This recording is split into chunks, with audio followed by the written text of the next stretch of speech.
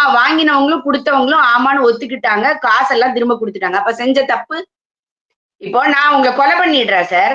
உங்க வீட்ல இருந்து ஒருத்தர் சொல்றாங்க, ஆமாங்க என் புருஷன வந்து இவங்க தான் கொலை பண்ணாங்கன்னு சொல்றாங்க. நான் சொல்றேன், ஆமா கொன்னுட்டேன். அப்ப நீங்க என்ன விட்டுருவீங்களா? உண்மைய ஒத்துக்கிட்டாங்க, நான் விட்டுறலான்னு சொல்லுவீங்களா? இல்லல்ல. இதுதான் இங்க நடக்குது பாருங்க. அப்படிப்பட்டவர்களுக்கு எல்லாமே இங்க பெயில் கிடைக்குது. அததான் நாம பார்க்கணும். ஒருத்தருக்கு தண்டனை குடுத்து, அந்த தண்டனையை நிறுத்தி வச்சிருக்கிறாங்க. சுப்ரீம் கோர்ட் வரைக்கும் போய். அவர் இன்னைக்கு அமைச்சரா இருக்கிறாரு. நம்ம அத பார்க்கணும். இதுதான் நாம இன்னைக்கு யோசிக்க வேண்டிய ஒரு விஷயம். இப்படி இன்னைக்கு எத்தனை அமைச்சர்களை நம்மளால சொல்ல முடியும்? இவர்கள்லாம் செஞ்சத கம்பேர் பண்ணும்போது, நீங்கள் இவர் மேல ஒரு டெஃபமேஷன் கேஸ் போட்டு பாருங்க. அவ்வளவுதானே. நீங்க அவதூறு தானே சார் சொல்றீங்க. அவதூறுக்கு என்ன சார் போடுவீங்க? டெஃபமேஷன் கேஸ் தானே சார்.